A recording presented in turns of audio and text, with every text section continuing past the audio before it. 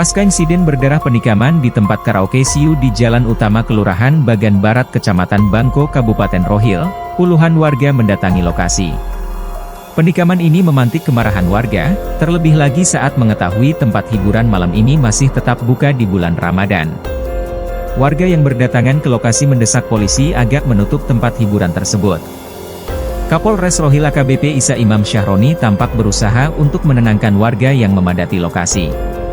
Ia meminta warga untuk menahan diri dan meminta warga untuk membubarkan diri. Tersangka sudah diproses, katanya sambil meminta warga untuk membubarkan diri. Pihak kepolisian saat ini masih melakukan penyelidikan terhadap kasus penikaman yang menewaskan 2 orang dan 1 lainnya kritis. 1 korban tewas merupakan anggota polisi yang berdinas di Polsek Sinaboy, Bribka Lestari Chandra. Pelaku berinisial MK sudah diamankan berikut dengan barang bukti senjata yang digunakan untuk melakukan penikaman. Berdasarkan keterangan saksi Sayuti, 55, warga Jalan Poros Sungai Nyamuk Kecamatan Sinaboy yang ikut rombongan ke lokasi, kejadian bermula dari para korban dan saksi pergi ke tempat karaoke dari sebuah kedai tuak di Jalan Danau Biru Kepenghuluan Bagan Jawa Kecamatan Bangko sekitar pukul 20.30 waktu Indonesia Barat.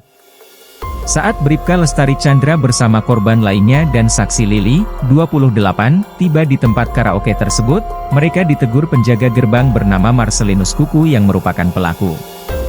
Marcelinus Kuku menegur karena Rinto menggunakan kendaraan roda 2 dengan knalpot brong dengan mengatakan pelan-pelan bawa motor. Mendengar pernyataan pelaku tersebut, antara para korban dan pelaku sempat terjadi perkelahian namun akhirnya berhenti karena dilerai oleh saksi Lili. Selanjutnya saksi Lili duduk di parkiran menunggu Bribka Chandra Lestari dan korban lainnya yang menjumpai pelaku di pos penjagaan pintu masuk komplek. Tak berselang lama, ia mendapat kabar jika bahwa Bribka Chandra Lestari beserta 2 korban lainnya mengalami penikaman dan sudah dilarikan ke rumah sakit. Dokter jaga RSUD Protomo, Dr. Haji Nazif Syahrin, mengonfirmasi bahwa pihak rumah sakit menerima 3 korban dengan luka tusuk.